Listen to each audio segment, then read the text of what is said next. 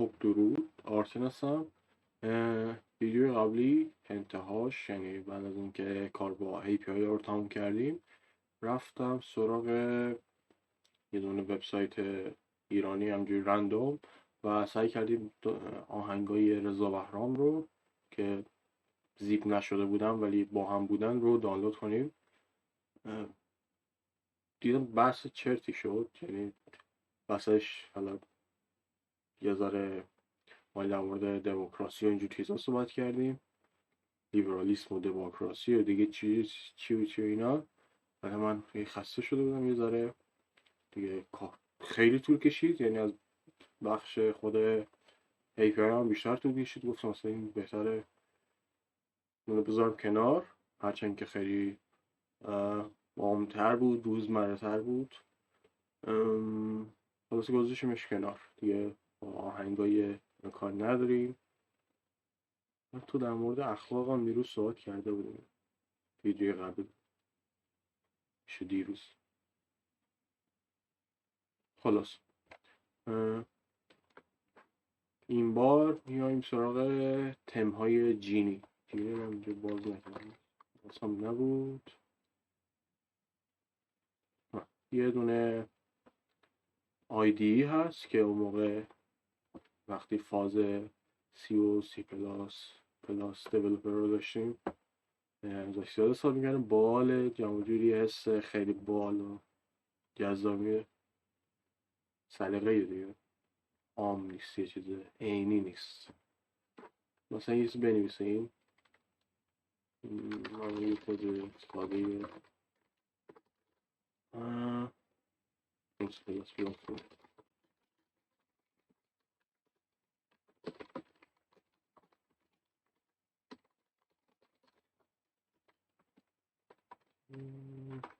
اینجا هم میشه مثلا پاکت کنش. خب اینم از این یه چیز خیلی کوچیکی نوشتیم، ولی تم نداره زیاد، یه حداقل تو طولانی مدت باعث میشه چشمون اذیت بشه. اینجا و تو ویو change color scheme اینجا برید یه دوتا بیشتر هر یکی، نمیدونم چرا این دوتا اینا داره، من تفاوتی احساس نمیکنم. خلاص حالا فعلا رو همین alternate بمونه.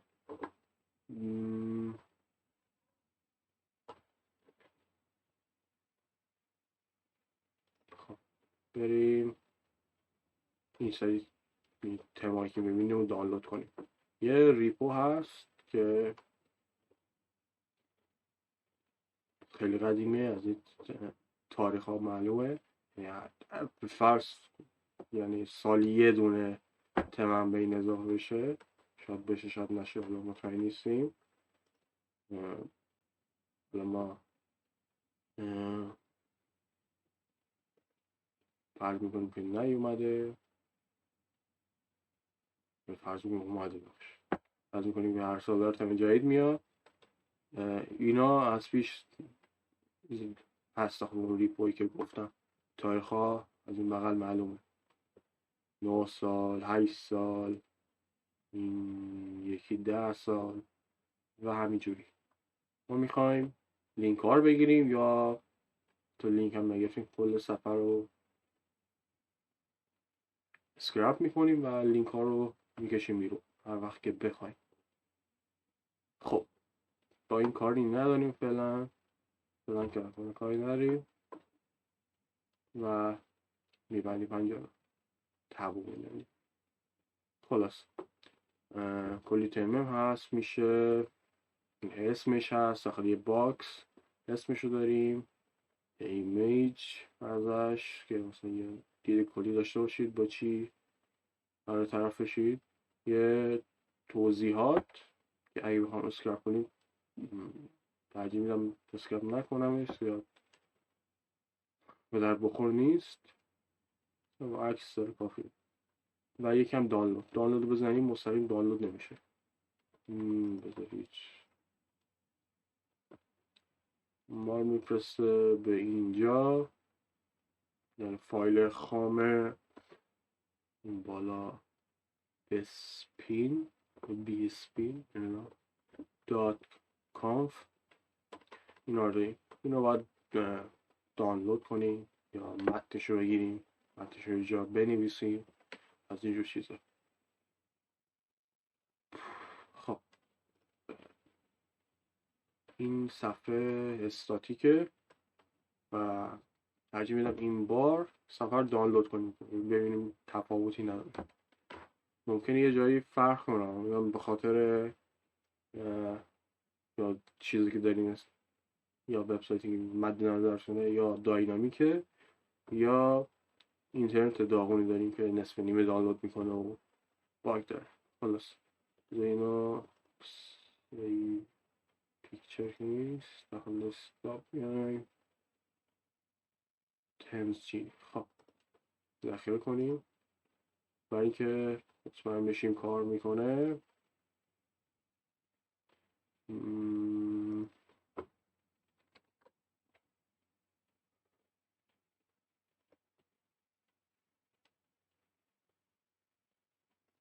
خلاص اینم از این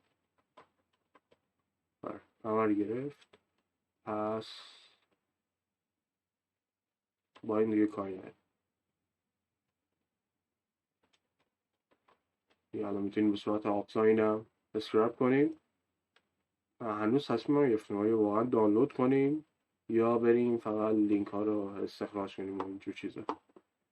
دانلود هم شاید کنیم. روشن کنیم که نمیاد.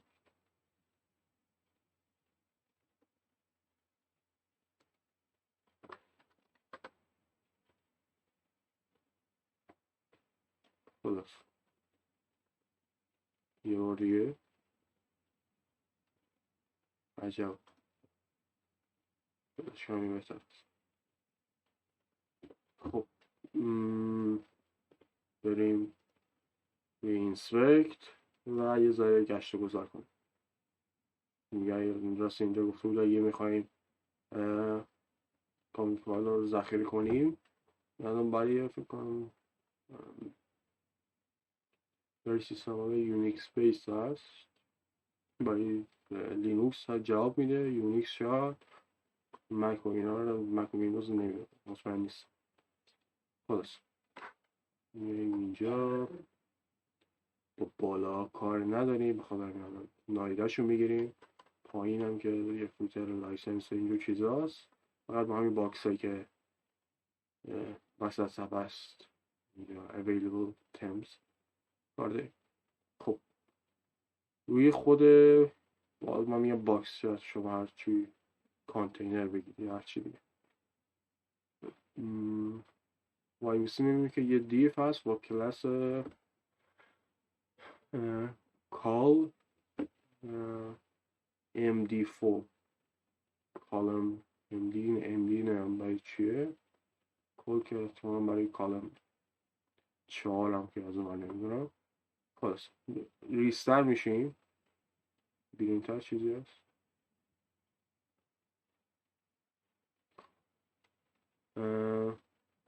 اینجا بالاش تقسیم شده یه دیپ هست با کلاس پنل هدینگ.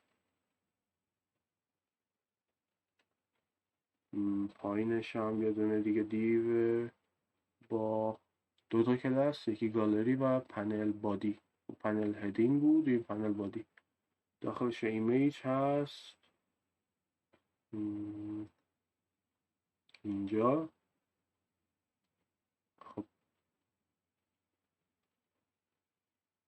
با این توضیح کاری نداریم، بریم روی دانلود ببینیم چیه. این پنل هدینگ یه دونه استرانگ داره که به اسم اون تم اشاره داره و اسپن داریم داخلش تگ A هست و href اونو میخواد. و پنل بادی هم فقط داخل A و نه داخلش نمیگه، همین href همین A رو میگیریم فقط به ایمیل داخل این با این ایمیج کاری نداره.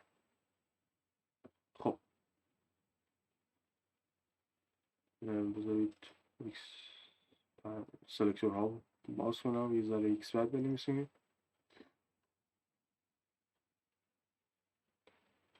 میگیم تمام گفتیم بذارید اینجا دیده بودیم که دیو بود با کال md4 اینا باید همین باشه.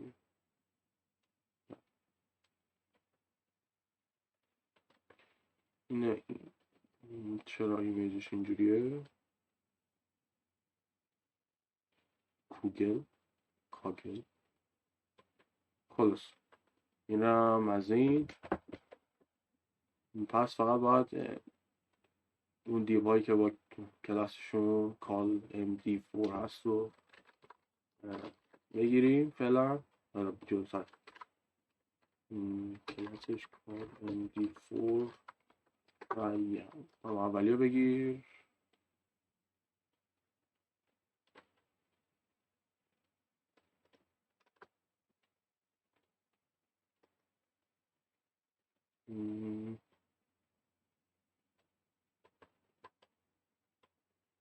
اینا رو هایلایت کرد. چرا؟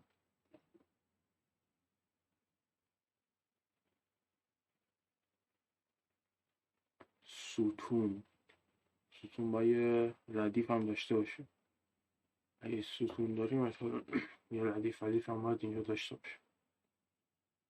اینا یه دونه کلاس رو میبینم کلاس دوم شد.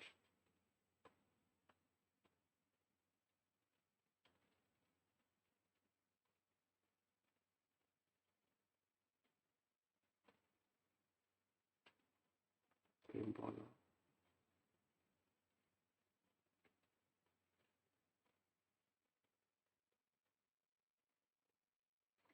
اینا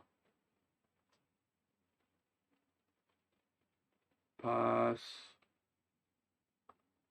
بعد از این دیو هم استفاده کنیم. ببینیم که قبلش بگیم که دیو که کلاسش رو هست. دو تا استفاده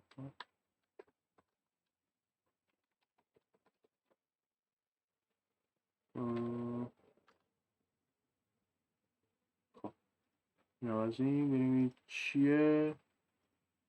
هم بسپین رو گرفتیم. یه دونه قبلترش اینو با لحاظ نکرده بودیم. خیلی از وب اسکرپینگ تجربیه و باید حواسمون جمع کنیم. خلاص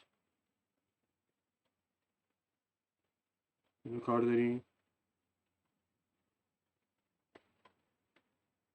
حالا فعلا بریم یه نوتبوک بسازیم دیگه.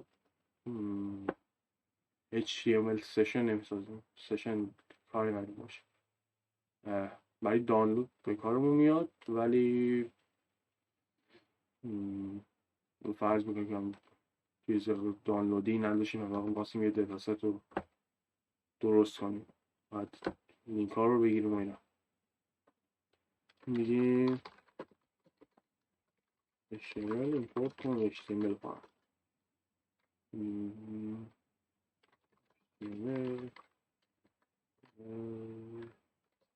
اینجا باید اینجوری بود. HTML ما یه چیزی بهش بدیم. چی رو بدیم؟ میگیم باز کن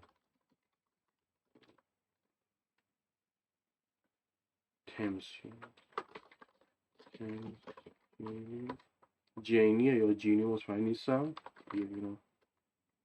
ببخشید. از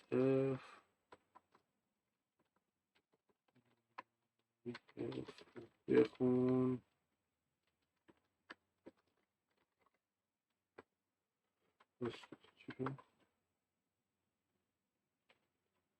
terms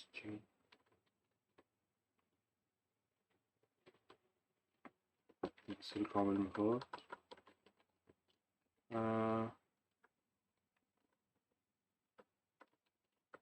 لازم نیست.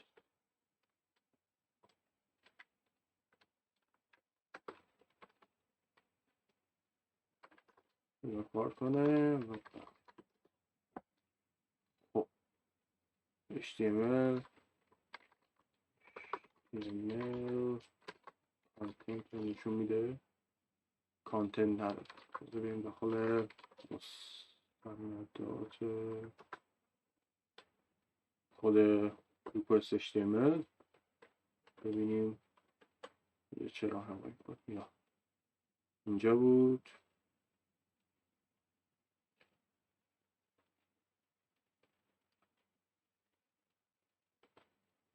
یا اگه از این HTML استفاده کنی چه متدایی در اختیار داریم؟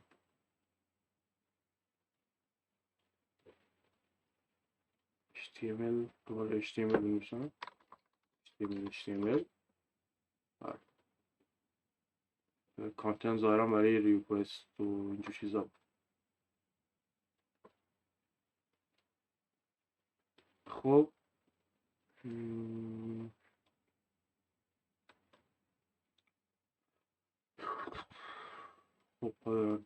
HTML میخوایم بخونیم اینجوری، میخوایم استخراج کنیم چیزایی. بریم تمام دیگه ردیف کاری ندیم، باید خود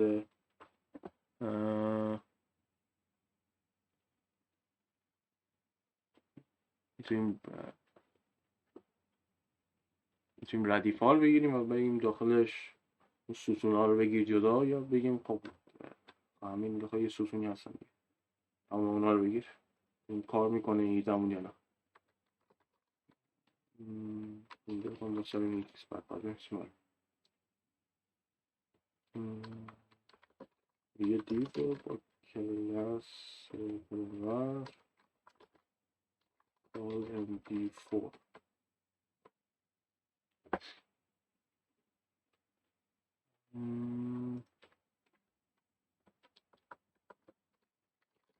terms میتونیستم کار میکنی یا نه، ولی کار میکنی دارم. شما مطمئن نیستیم همون ترم ها هستن یا نه، یه دونه رو میگیریم که همین شود بسپین یا BSP میگیریم و چیز میزایی که میخوایم رو ازش استخراج میکنیم. مطمئن شدیم میریم برای همه این کار رو انجام بدیم. داخل باید داخلش یه دونه پنل بود که با پنل کاری نداریم. یه پنل هدینگ رو لازم داریم و یک پنل بادی. پنل هدینگ یه دونه کلاس، این دیوه فقط یه دونه کلاس پنل هدینگ داشت، یکی دوتا. از این باید برای استفاده باید اینجا از کانتنت استفاده کنیم، یا میتونیم بنویسیم هم پنل بادی گالری. اگه نمیدونید دارم چی میگم ویدیوهای قبلی نگاه کنید، اونجا زیاد توضیح دادم و این ویدیو هم قراره بخیر ببینید. میگیم that div کلاس heading درست میشه، داخلش یه استرنگ بود دیگه، یه استرنگ و یکی هم اسپن. خب یکی استرنگ تکسشو من بده ببینم همون اسپین یا میه فرست رو باید بزنید، کپی میکنیم اسپن که ای بود هیچ بکنم رو میخوایم.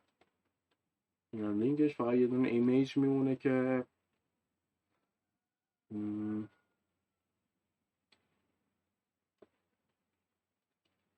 ایمیج هم تو مطمئن نیستم بگیرم اینا، ولی بگیریم شاید پسند بخوایم داخل یه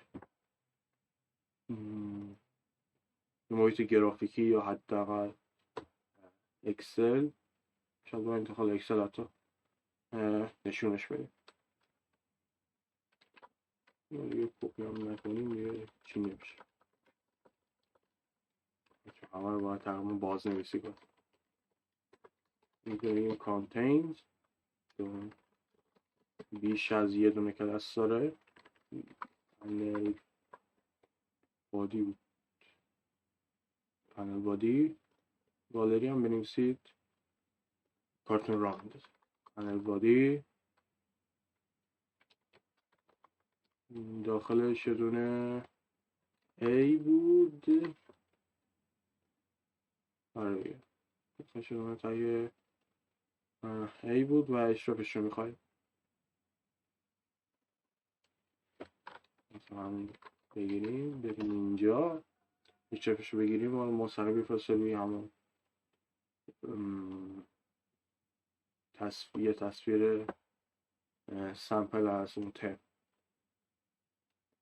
این هم کاری نداریم، میبندیم. خب این اشرافش رو بگیر. خب این از این ستار داریم دیگه. دسکریپشن لازم نیست، اگه میخواید میتونید با ما تمرینات یه دونه کوچولو رو بگیرید. من میگیم برای هر تم تم ها البته کجا ذخیره کن میگیم درسته، ولی یه دونه اندرسکور بزنیم که مشابه اون نباشه ولی منظور برسونه است. میگیم تم بگیم اسمش چیه،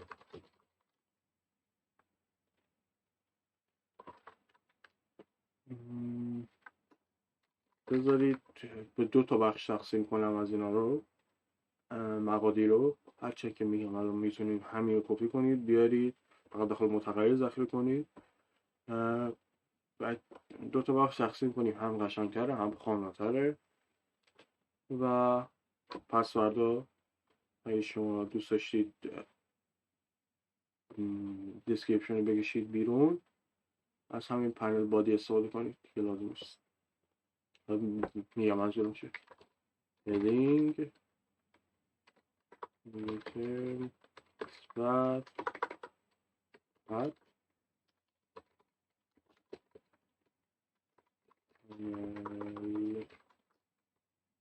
هدینگ چون یه دونه بیشتر نیست کرس رو شروع کنیم اینجا.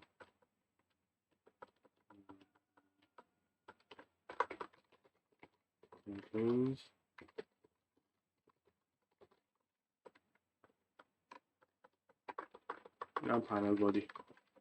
خب حالا کار داریم میتونیم بگیم خب من از پنل بادی اینو میخوام، اینجور چیزا میتونیم مشخص کنیم. نیم رو بیار، از پنل هدینگ استفاده کن، بعد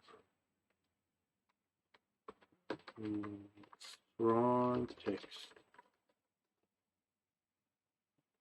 URL اگه اسم بهتری مد نظرتونه میتونید کپ استفاده کنید، هیچ مشکلی نداره. میتونید اسمشو بذارید مثلا اینجا N U گفتم توی 1-2 تا ویدیو قبلی بهش گفتم که باید تمیز باشه.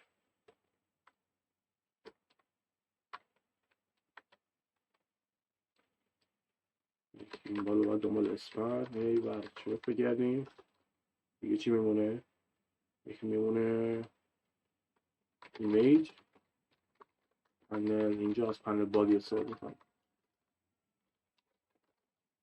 دیف چی؟ یکی هی برچه. خب اینجا میتونیم باز شنکر کنیم. این بازم رو به خط اختار استایل میده. اینجا میتونیم ما سکشن ها مشخص کردیم، بعد آماده است داخلشون مقادیر رو گرفتیم. میتونید بعد از اینکه یه دونه سکشن رو جدا کردیم بریم مقادیر هم همونجا بگیریم. اینجوری شاید بهترم باشه. سلیقه دیگه میگیم داخل ترم ها ذخیره اضافه کن. چی اضافه کن؟ یه نیم داریم، نیم یکی URL داریم، بذار URL ایمیج داریم، ایمیج. خب الان ما اومدیم URL رو گرفتیم. شما شاید بگید من مثلا میگم آهنگای رضا بهرام میخواستم، فقط میخواستم دانلود کنم، میخوام لینکش رو یه جا ذخیره کنم. خب فقط کافی شما همین نیم رو بگیرید، نیم URL یا فقط URL و اونو دانلود کنید. چجوری دانلود کنید؟ یعنی داخل پانداس بگم یا همینجا، بذارید الان یه دونه سمپل کار میکنیم.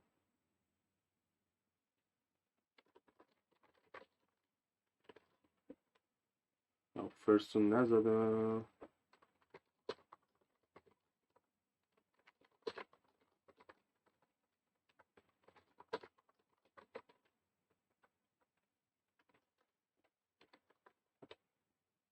از ویدیوی قبلی زیاد راضی نبودم، هرچند که بد نبود، ولی موقعی کد نویسی شد اصلا انقدر گیج بودم، انقدر حواس دادم تمام به هر چیزی فکر میکردم غیر از اون. موقع ادیتش چطور دارم، چرا اینقدر بدیهی است ولی جا انداختم. خب پیش میدی بگم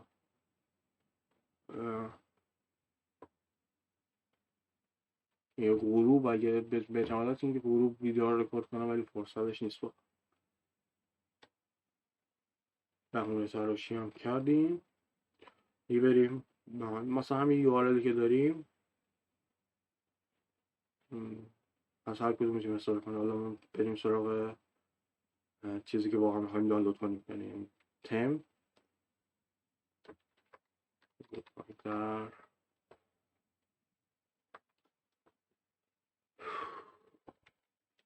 بریم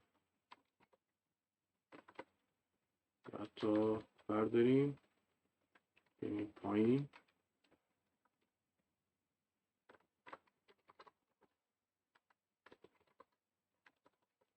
اینجا فرست رو میخوایم. اگه با من اولین ویدیو دارین نگاه میکنید، اگه فرست رو نزنید میتونید اینجا بنویسید صفر که اولی میده از بین لیست. فرست خوشگل‌تر هم هست. URL چجوری دانلود کنیم؟ یکی هست که واقعا یه سشن بسازیم، import session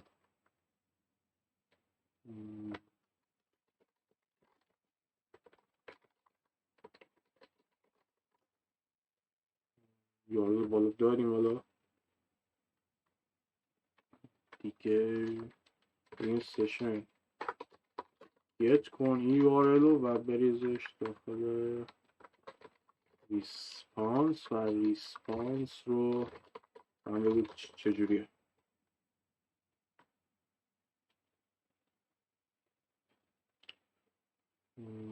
چه توی میدونم اما یه گندی بریزم.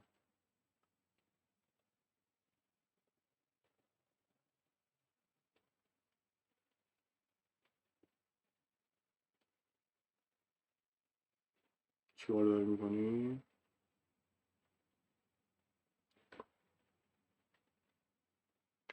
خب دیگه هم دارم میکنم لود بشه کنم رو بعدی. خب میتونیم از OS استفاده کنیم، سیستم، یعنی مستقیم با ابزارهای شل کار کنیم. این طول میکشه.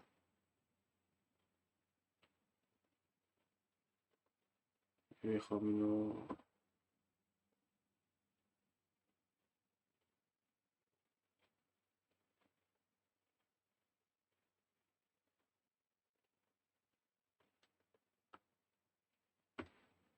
عجب.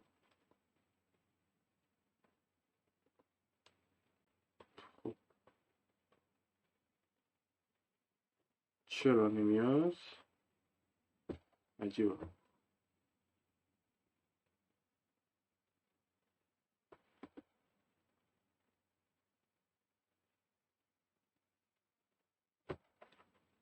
خلاص بذار یه بار دیگه اینجا بیاییم، تمام مراحل رو میکنیم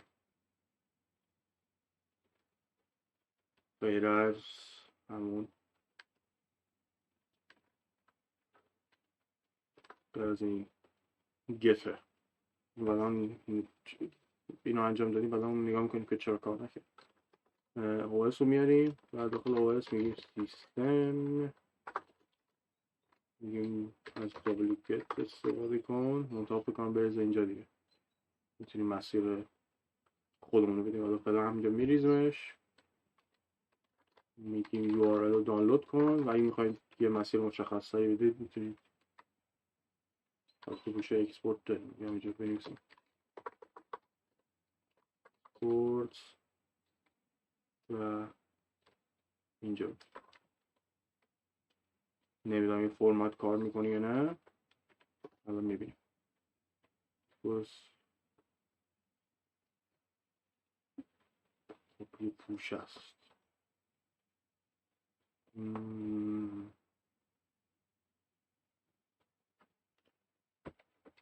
سرچ کنم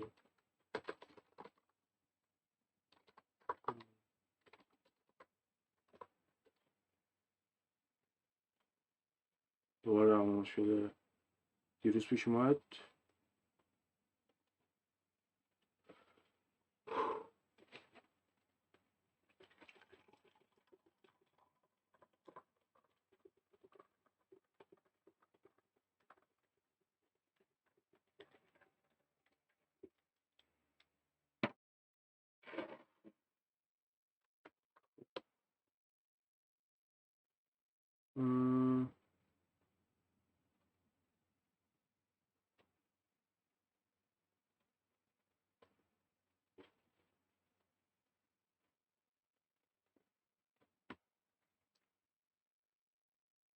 بازی پی باید بزن.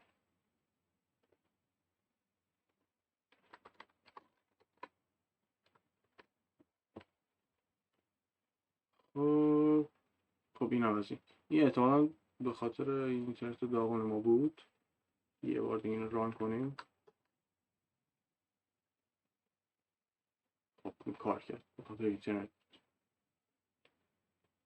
واقعا عجیبه، یکی دو هفته است، عجیب که نیست، یکی دو هفته است اینجوری پیش میاد. باید حدس بزنیم که الان اینترنت مشکل داره یا واقعا خود کد مشکل داره. این از این ریسپانس گرفتیم چیکار کنیم حواسمون بریم داخل اکسپورت چی اومد. خب همین داریم، خیلی قشنگ. کافی بریزیمش داخل اینجا. اگه از لینوکس و یونیکس استفاده میکنید، یونیکس هم مطمئن نیستم ولی لینوکس قطعیه. خلاص وقتی ریسپانس رو داریم چیکار میکنیم؟ ریسپانس کانتنت رو ببین همون چیزی که میخوایمه، به نظر که همونه. میگیم داخل اکسپورت اسم 2 مثلا و هم رایت کنی داخلش بنویسی رایت چی بنویس response.content. این کار میکنه یا نه؟ میگه بایت میگیره، بایت نمیگیره یعنی.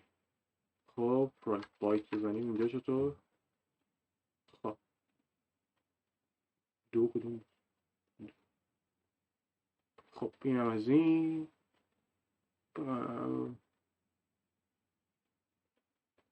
به نظر که همه چی درست میاد. کافیه که الان این شیوای دانلود رو گرفتیم، فهمیدیم یه دیتا ست بسازیم، از پانداس استفاده میکنیم و ببینیم اونجوری چجوری میشه دانلود کرد. فرض کنیم دیتا ست رو الان داریم واقعا و یکی زحمتش کشیده، چجوری بیایم رو همون دانلود که انجام بدیم.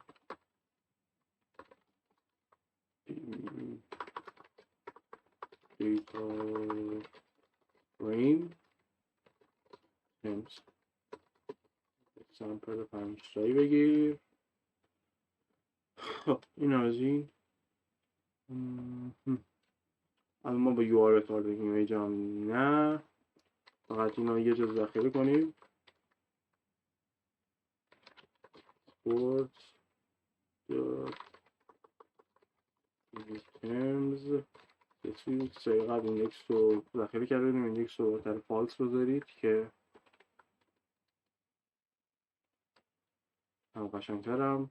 ممکنه بعدن چی میره جا به جا بشن، بعدن ایندکسش نادقیق میشه. درست از این ذخیره کنیم. این باید بیاد، مطمئن میشیم ازش. خب حل. حالا از این دیتا فریم چی استفاده کنیم؟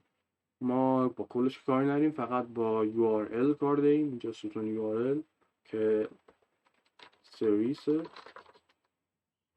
چه میشه URL که تایپ سرویس تایپ نکنیم underscore سرویس. خب خلاص URL مپ کن چیو که تابع بینام درست میکنیم anonymous function و میتونیم اینجا از wget'i که بالا دیدیم استفاده کنیم. خیلی نیست OX wget یا میتونید تابع درست کنید و اونم شاید نشون بده.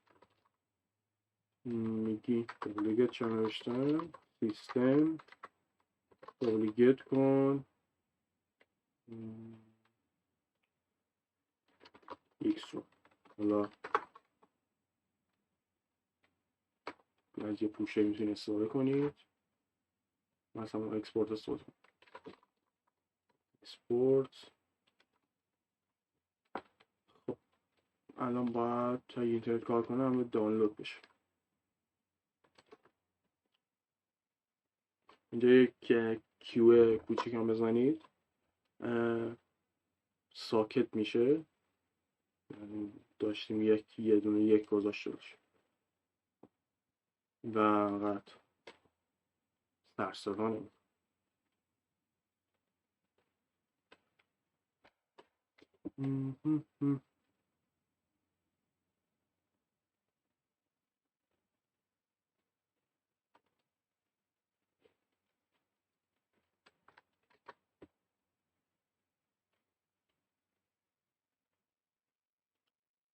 خب دستا رو ذخیره کنیم. تست پلاس. خب اینو ببندیم که الان تم ریختیم اعمال بشه. کل اینجا تمم داریم، باید کافی انتقالش بدیم به همینجا یا اسپکت رو ببندیم. پایین نریم.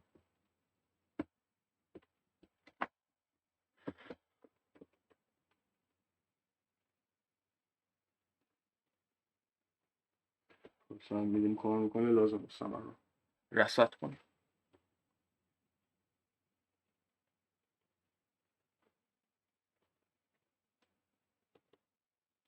این دوتا یه دونه که خودمون درست کردیم رو پاک کنیم، دو هم پاک کنیم. فقط میمونه یه چیز میزه اصلی همچنان داره دانلود میکنه. ما هم یه ذره چیل میخواستم بگیم میکنیم ولی دانلود شد. دیروز گفتم در مورد دموکراسی و دیگه کپی رایت از این چیزا صحبت کردیم دیگه نمیخوام دیگه بالا پایین نگاه کنیم یا مدعی بشیم که جزء قشر الیت و نخبه ایم، ولی بگید آهنگ رضا بهرام مثلا یا هر کسی داستان کنه خب غیر قانونیه مثلا. شاید هم قانونی باشه ولی در واقع غیر اخلاقی. این از خلاصی از 40-50 دقیقه دیروز داخل لینکدین مطالب تکمیلی وب اسکرپینگ قرار داده شده که ممکنه تصورهای اشتباه و از این چیزا نکات و از این چیز. خلاص دیگه اینو بریم میگمش میگیم ls export رو ببینیم چیه. خب اینا ما اینجا میبینیم که CSV هم داریم. باید بگیم هرچی conf دیدی بریز داخل لعنتی. پس بگیم move export هرچی که CSV نه conf بود بریز داخل config جینی یا جینی شد color schemes امیدوارم که درست میشه باشه. color schemes نظر که درست میشه. خب الان از همینجا دیگه لازم نیست چیز باز کنیم. color config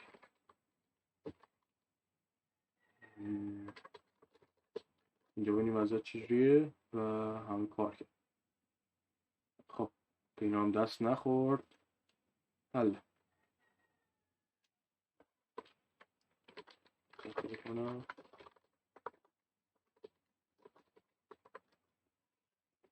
خب یه بار دیگه این آیدی دوست داشتنی رو باز کنیم. این داخل بیو میگم که کار کن. الان همه رو داریم.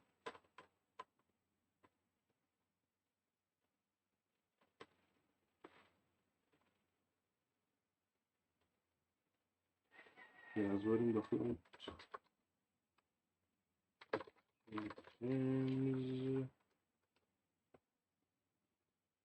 اینجا